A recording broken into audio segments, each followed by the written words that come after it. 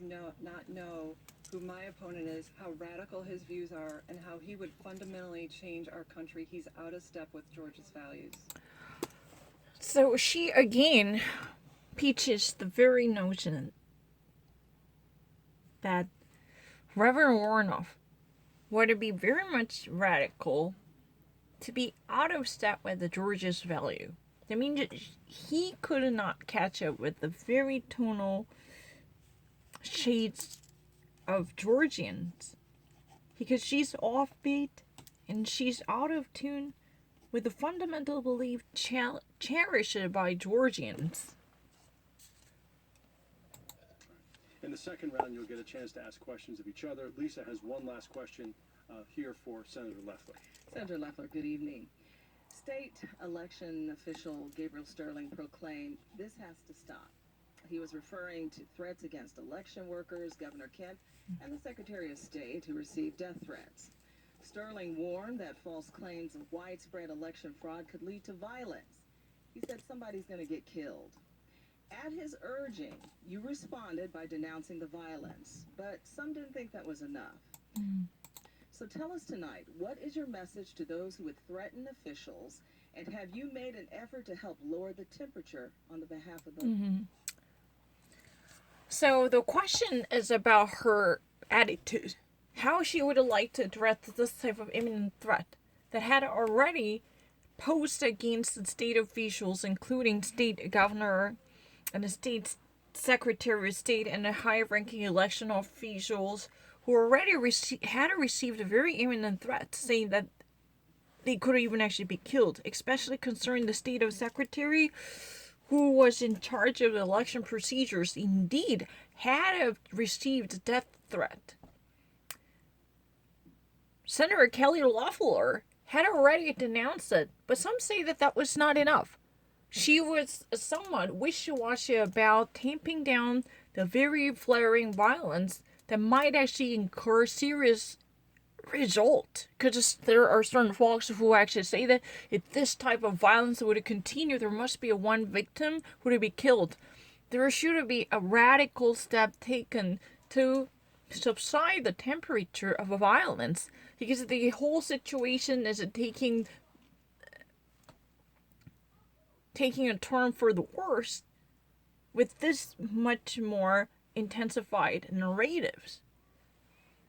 So what would you like to say, and how would you like to do with this type of voiced concerns? How would you like to cope with this raging violence also?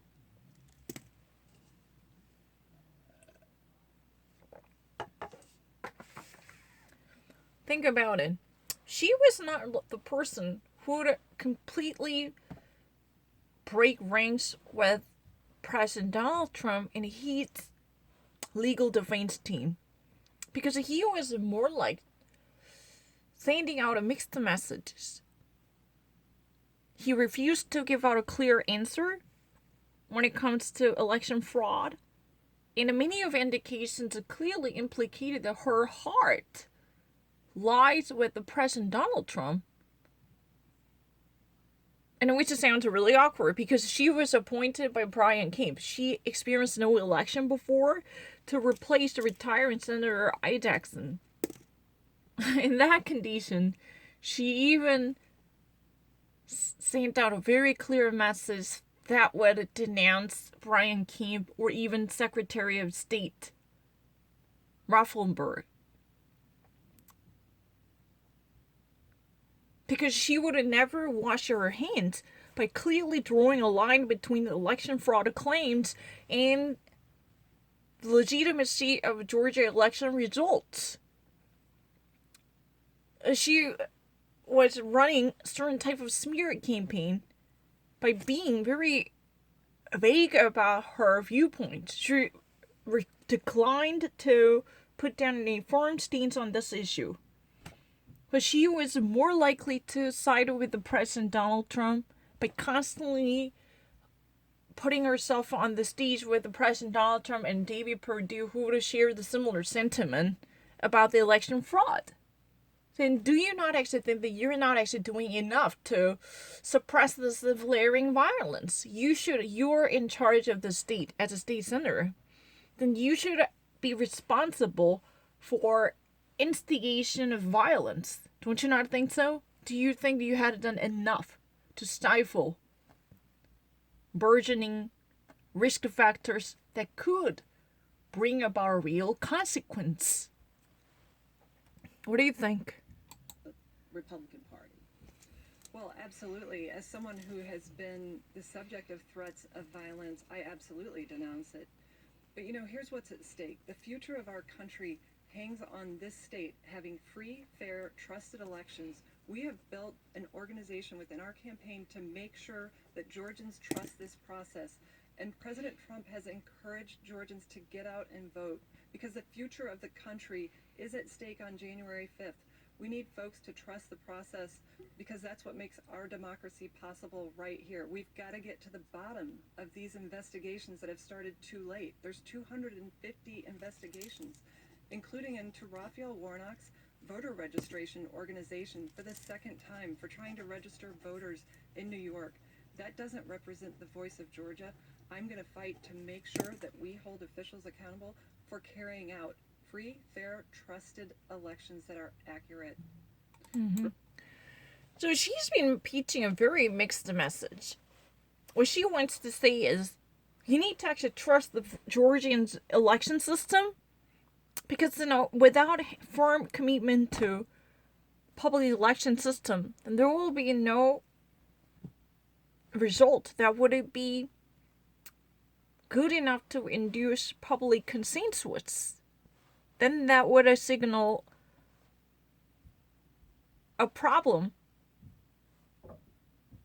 in the health of our democracy. So even President Donald Trump encouraged Georgians to come out and invest their trust in the system so we could actually move beyond by voicing out our viewpoints with our ballots. That's what we are asked to do. But still, ironically, she actually claims that there exists a legitimacy of this 250 investigation, including the one overviewing the voter registration organization by Reverend Warnock. That would likely to be the very second association of the New York voter registration institution that would have a deep connection with the New York or Democrat-oriented federal voter registration activities.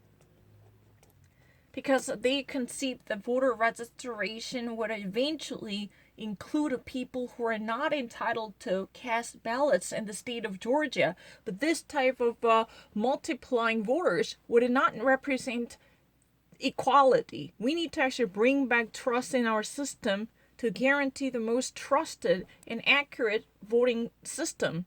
By doing so, we have to actually conduct the thorough inquiries into this ongoing 250 different cases. That's very important.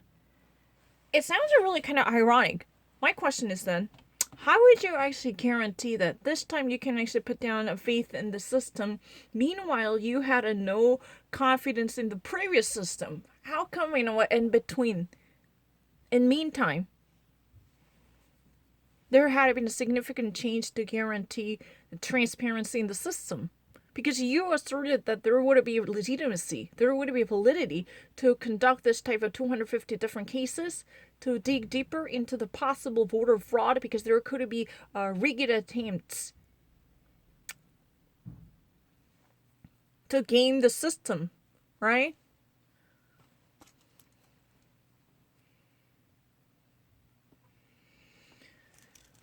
She even, of course, she definitely denounced, she never condoned any type of actual threat, especially in the form of a death threat.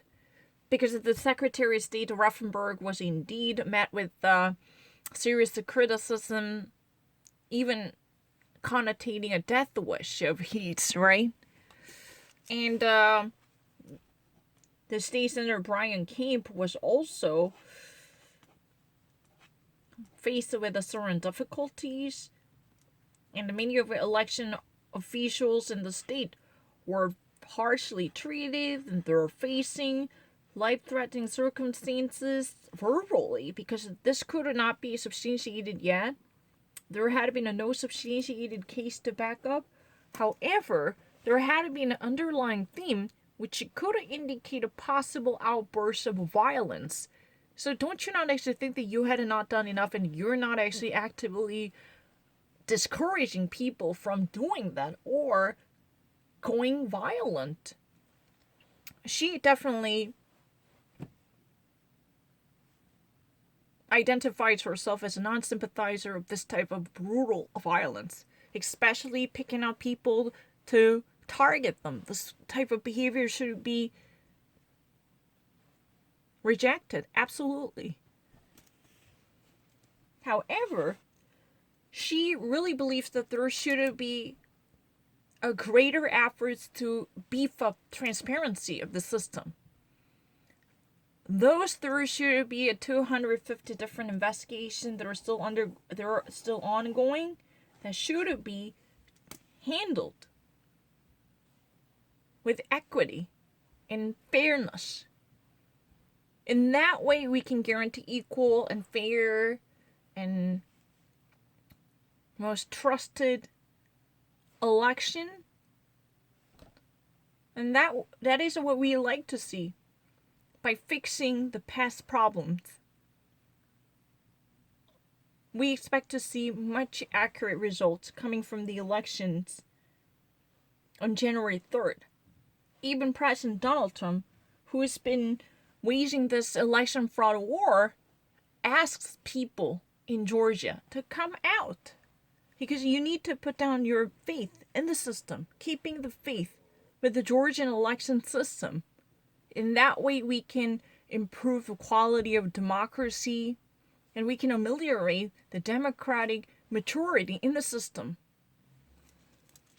That's very important. But you know what? It's really kind of incompatible, tell the truth. Then how would you, in the first place, so easily hand out that legitimacy to President Donald Trump to tackle the validity and the sanctity of your election system? Only within a couple of months, we can expect to see a significant improvement in the system. Then can you provide us with the substantiated evidence? Can we actually be heard on the article of a faith? That's very important. Because, her arguments are somewhat conflicting.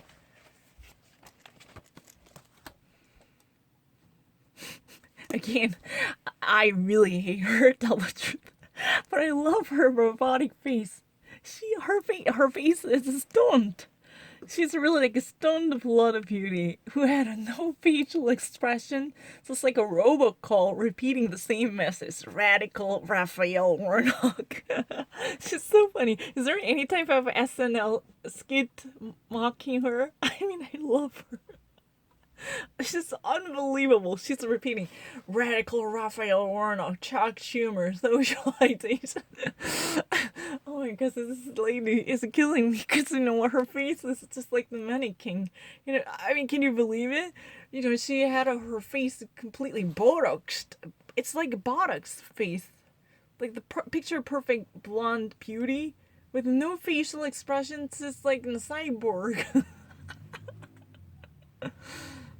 Oh, it's really crazy. Reverend, I want to ask you about this election. Much has been made of President Trump's refusal to concede, but 2 years ago, Stacey Abrams refused to concede the governor's race, saying that there was voter suppression. Do you think there was voter suppression 2 years ago, and do you think this election has been fair? Listen, voter suppression is something that happens all across our country. Mm-hmm. It's happened here in the state of Georgia. But Stacey Abrams did not refuse to acknowledge the fact that her opponent was the governor. Mm-hmm. Here we are several weeks after the election, and Kelly Loeffler continues to cast doubt on an American I love her democratic in a very bizarre way. It's time to put this behind us and get focused on the concerns of ordinary people. while she's playing political games, trying to represent somebody who doesn't live in Georgia, Georgians are wondering when are they going to get some COVID-19 relief. Right. They're wondering who is going to put small businesses in front of the large corporate giants. And they're wondering when are we going to give the people we call essential workers an essential wage. I want to go to the United States Senate to stand up for ordinary people. Sure. And when politicians aren't satisfied with the voters, they try to pick their voters. And that's what's going on right now. So it's a very nice way to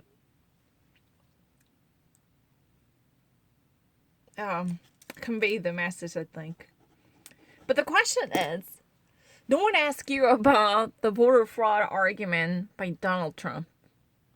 No one solicited your opinion on Donald Trump's refusal to concede, right?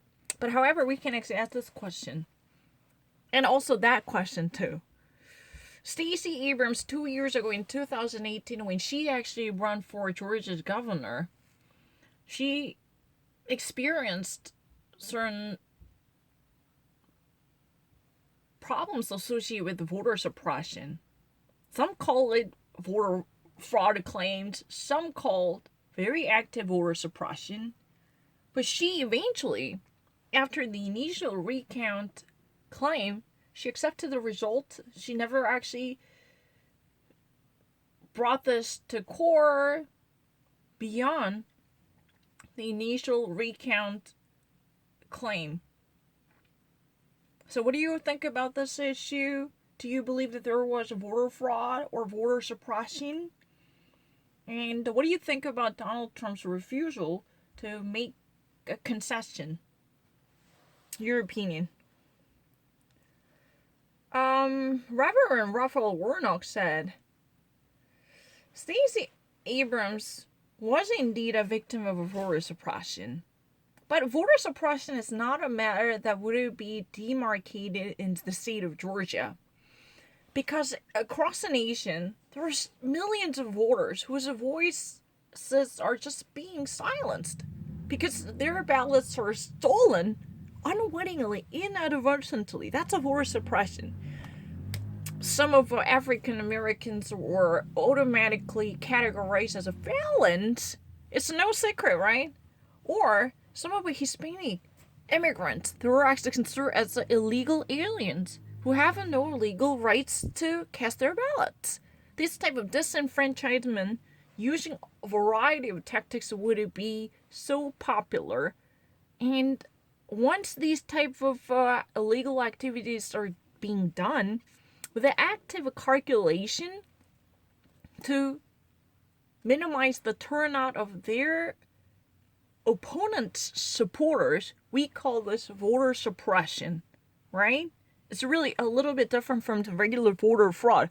Voter suppression is like this. If you're really a Republican governor, Brian Kemp, at that time when he was Attorney General in the state of Georgia, he was in charge of election laws because basically the conduct of election in the state would be all about the state's constitution, not a single federal government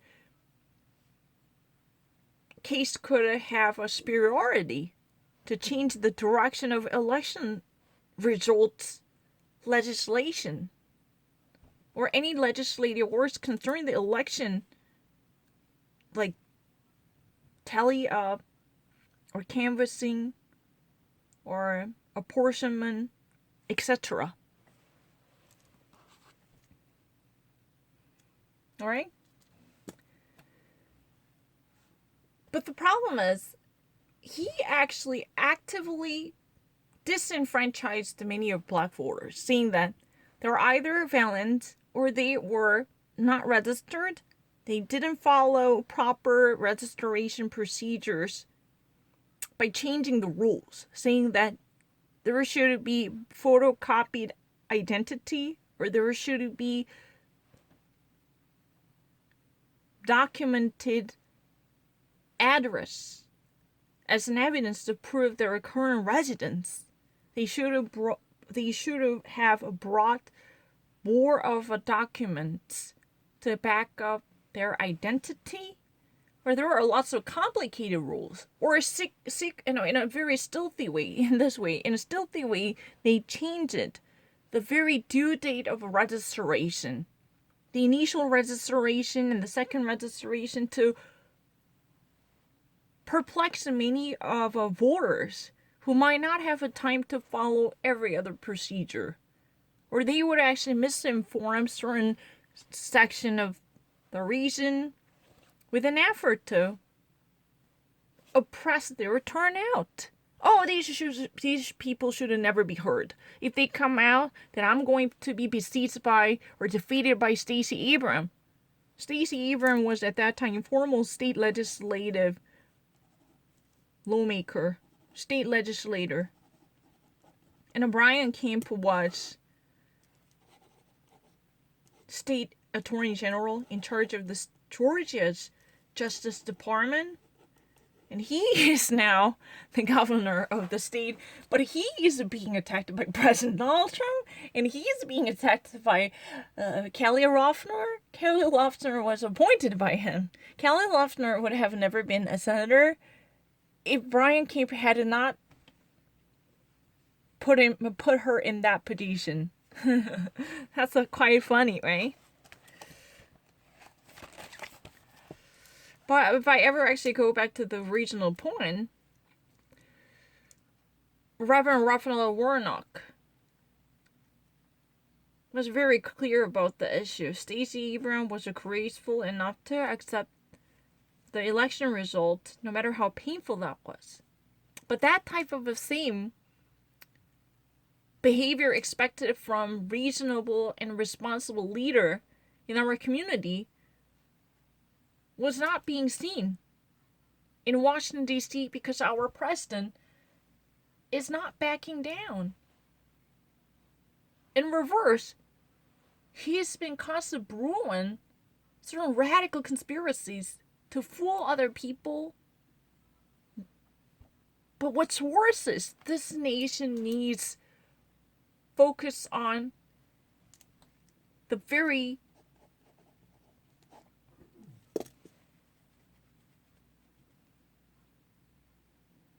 relevant crisis taking place on the front line.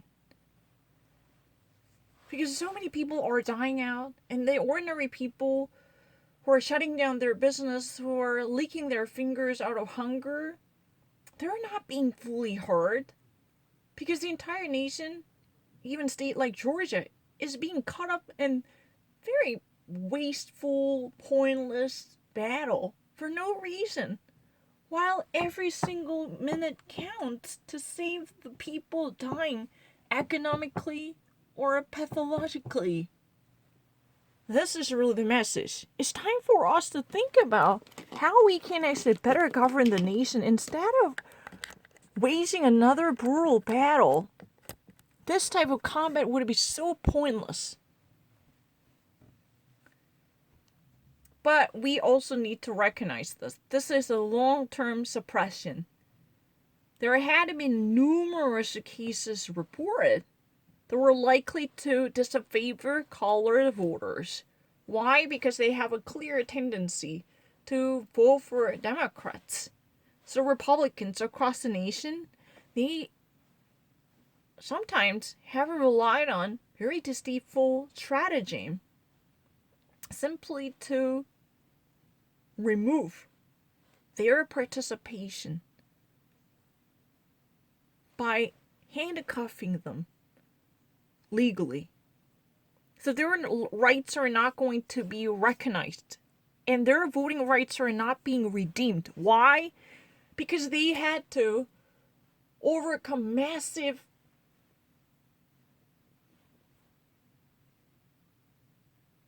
horror called logjam of red tape. Logjam of red tape, I have to say.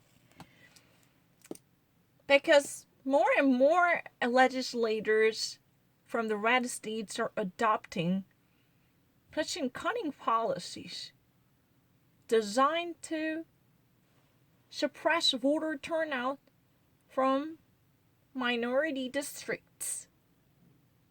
So-called minority districts, any regions densely populated by people of color. They should have never hit the polling stations on the election day because they should have been caught in the maze of bureaucratic challenges. They should have been readied with the multiple documentations and billing address printed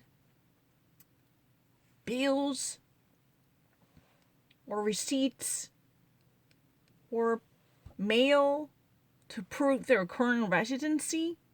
Or there were so many different bureaucratic steps they need to go through, then they would eventually give up. Or they would be misinformed on very critical information for the redemption of their voting rights. Think about it. These are really a meticulous and fastidious calculation done to adopt legislative works against minority voters. May I respond? Please. Radical liberal Raphael Warnock has partnered with Stacey Abrams in these voter suppression conspiracies when in fact we have record turnout in our state year after year. And, you know, it's unfortunate that the focus is on a debate about who won the election when this process is still playing out. And President Trump has every right to every legal recourse. But we also have to make sure that Georgians know that we have a process that works, that their vote is counted, and that no illegal votes are counted. And that's what I'm going to continue to fight for, to make sure that Georgians know everything is at stake in this election, the future of our country, not just the radical ideas of the left, but the radical candidates who would defund the police, who would stand by and attack our military and then withdraw funds that would support Chuck Schumer's defunding of our military by 25%. And I'm going to continue to make sure that we come back from this virus strong. I'm the only candidate qualified to help rebuild our economy and get past this pandemic. Mm-hmm. So her message is again the same. Reverend Raphael Warnock had sided with Stacey Abrams, but again, that's a radical liberal socialist lefty Raphael Warnock somehow teamed up with Stacey Abrams to spread this unfounded voter suppression conspiracy when our state was met with a record-breaking turnout. There had been no history in Georgia when this many people hit the polling stations to exercise their voting rights. Excuse me, what are you talking about? This is really the argument. Again, you know, we need to actually recognize this importance of procedural measures. It's not really about this a simple consequence, who won the election or the election outcome or upshot that would be all and end all goal. Because we need to literally leave nothing to imagination by rigorously checking and vetting the procedural validity. That's the real reason why President Donald Trump has absolute right to tackle these, 250 different cases concerning the voter fraud claims, because there had been a suspicious movements detected. Of course, we need to actually tackle any type of radical candidate, not just in a radical election result, but a radical candidate who just really wants to deracinate the roots of a state's tradition, who decided with a such and socialistic radical and a lefty senator like Chuck Schumer, who really wants to defund our military forces by 25 percentile.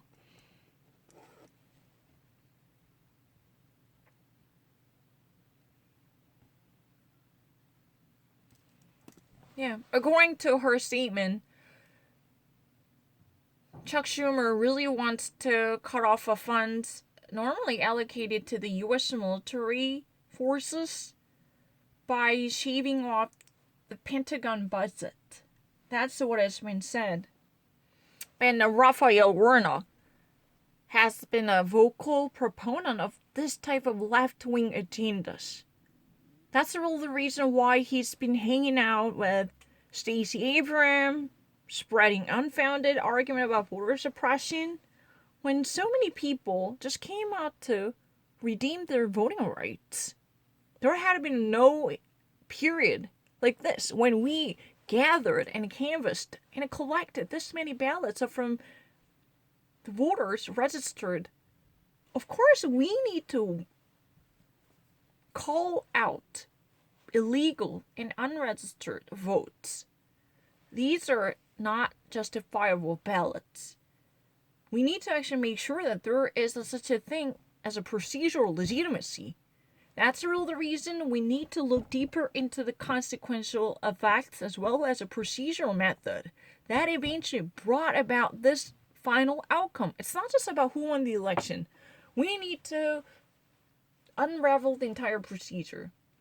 Piece by piece, blow by blow, analysis following from the post-election season would be so important. Because it's not just about, who won the election.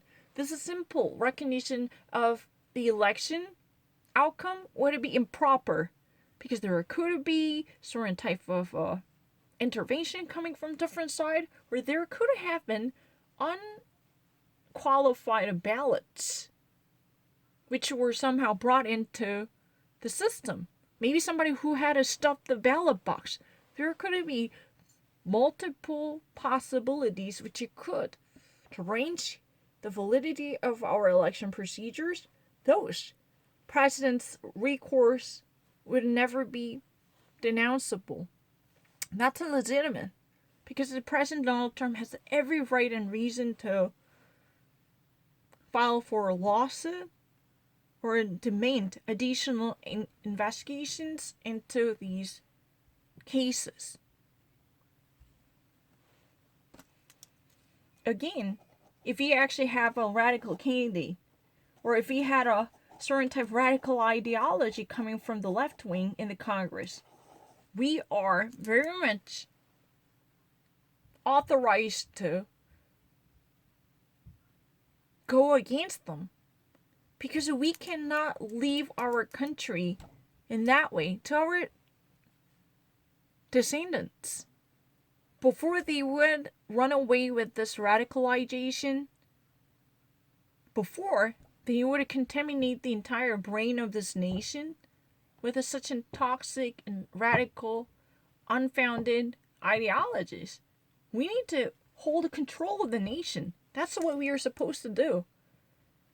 I'm really the only person who can manage this state in time of the difficulty like coronavirus. When most of the households would be struggling with the pandemic fallout, I'm really entitled to I'm entitled to take care of the people who are in need. That's her viewpoint.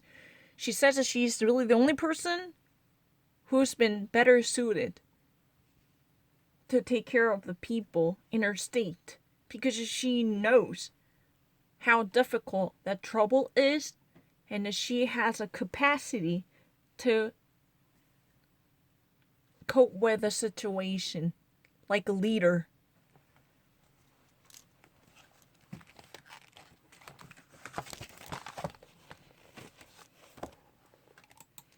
We want to get to the point where you can ask each other questions. That does conclude the first portion of this debate. For people.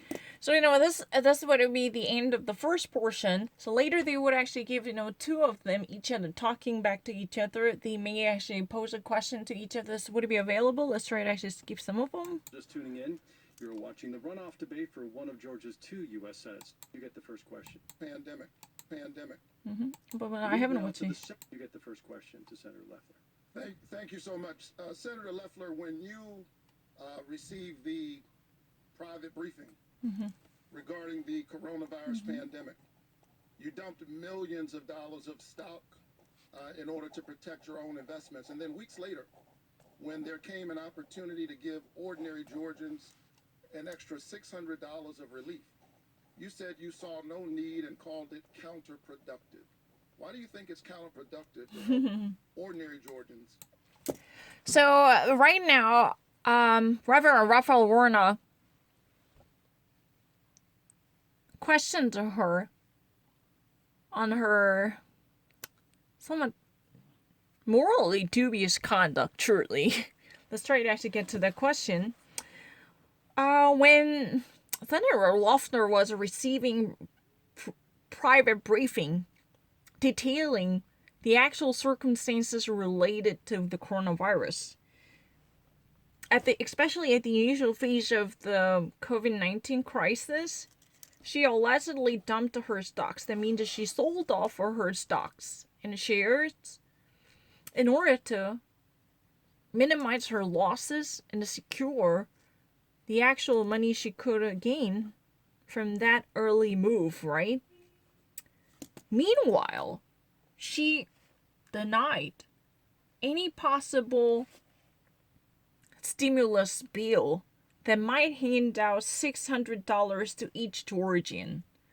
This type of bill for support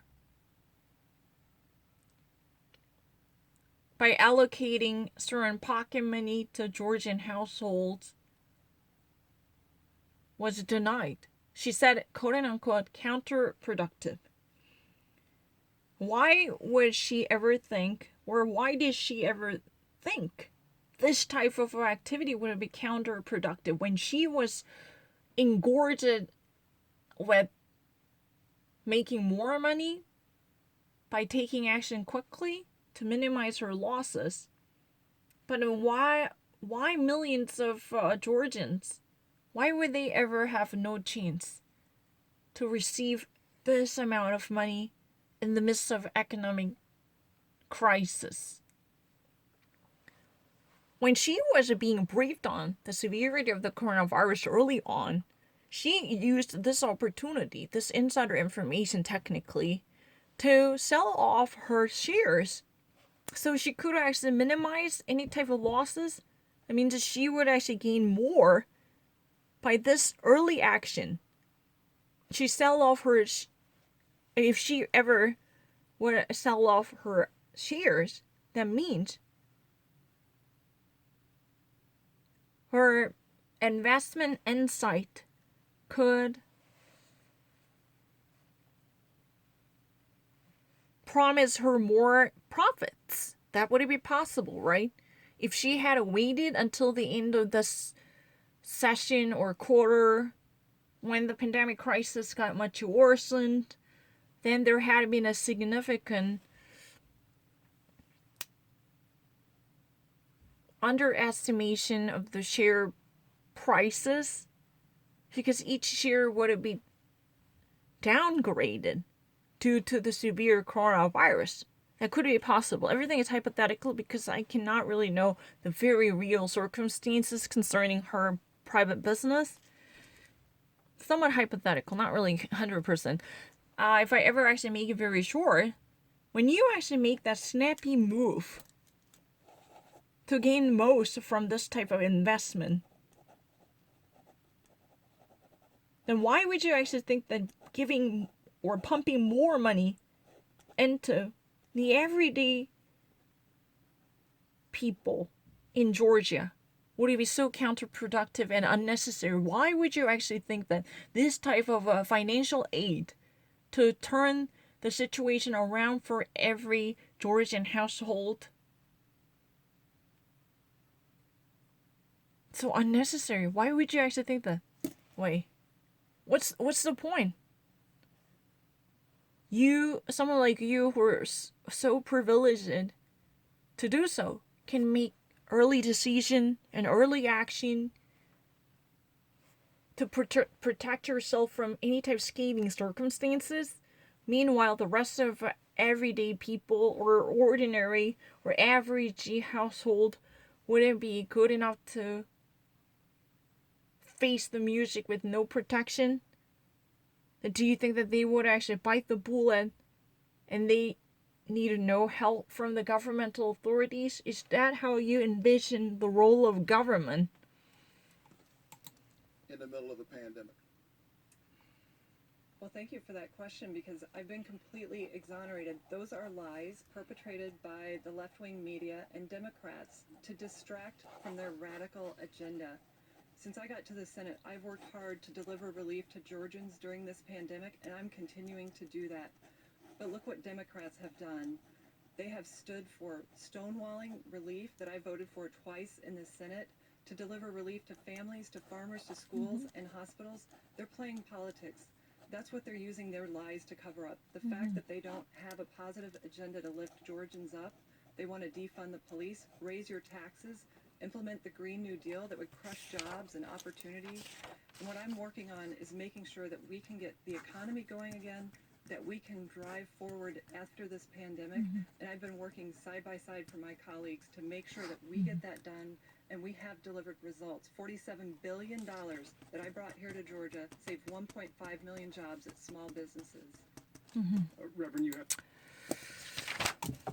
So she said that this, she could easily be exonerated for this type of falsified argument because this is, again, a nut job spread by the left-wing media without having any significant proofs. That's what she said. Because, you know what? She was really the person who was actively working with her colleagues side by side to try to bring more money back to Georgians. She already actually voted twice in support of the relief package bill. But the thing is, tell the truth, I was really behind this in relief legislation, which could immediately pump money into everyday household.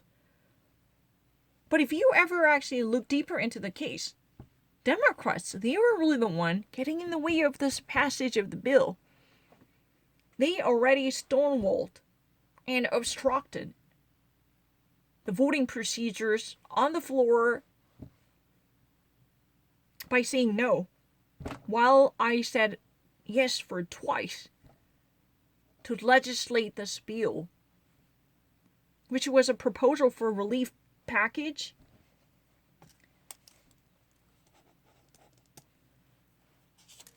Meanwhile, Democrats were so obsessed with the very irrelevant issue. They were actually very preoccupied with the defunding police, or especially this heinous the Green New Deal.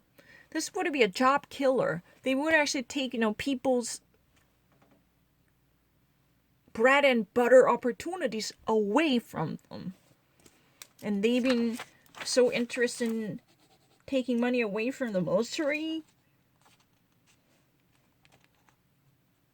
But I was really the person who stood up for our farmers and workers and the schools by signing up the bill, at least.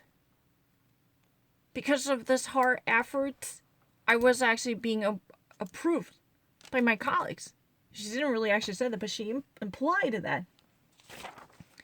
Think about how much money I actually brought to this state.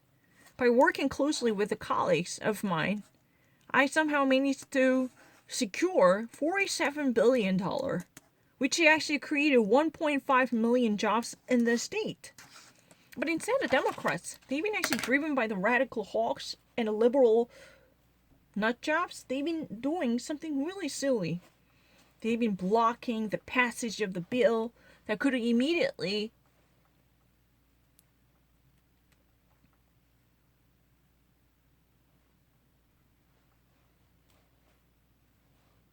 give money back to Georgian households. In that way, the more families could get a relief in the time of difficulty, and the more farmers could have earned subsidies, and more schools can actually get emergency operation fees. These type of bills are constantly being blocked because of the redundant obstructionism by Democrats. They were, instead of selling this very dubious Green New Deal focusing on the alternative sustainable energy that would eventually kill off the traditional job by closing our factories, which would be the greatest job providers in our state, and they would actually completely reject the traditional way of farming, citing environmental harms. Or they've been too busy cutting off the funds from our police. That would endanger the security of our state. But I actually voted twice. My voting record is staying clear here. Voted twice for this relief bill, which would be no less than a stimulus to energize our local economy. That was what she said.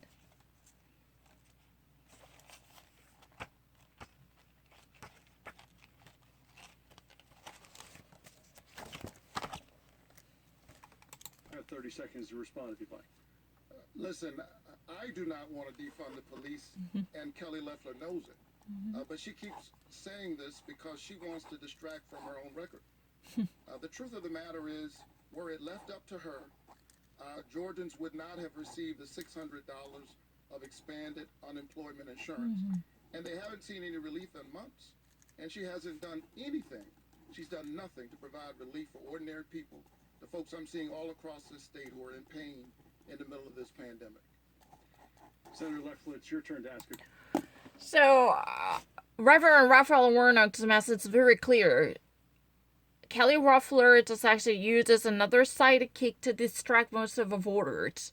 It's not clear that I really actually wanted to defund the police. Technically, she knows better than me that I'm not the person who would actually vote for this radical police defund. That's not true. I just really don't want to see our police wrap up their business. No. I'm not interested in cutting up the lifeline of law enforcement by defunding the entire institution completely. No. She knows it. She just really wants to abuse it. Simply to distract majority of people. This is a sidekick. Stay away from it. It's a bogus argument because she just really doesn't want to concentrate on what she should have talked about because she has something kinky about it, probably. Who knows it? She really doesn't want to go deeper into major issues because she would not have enough substance, probably. But you know what? One thing for sure, because of her inaction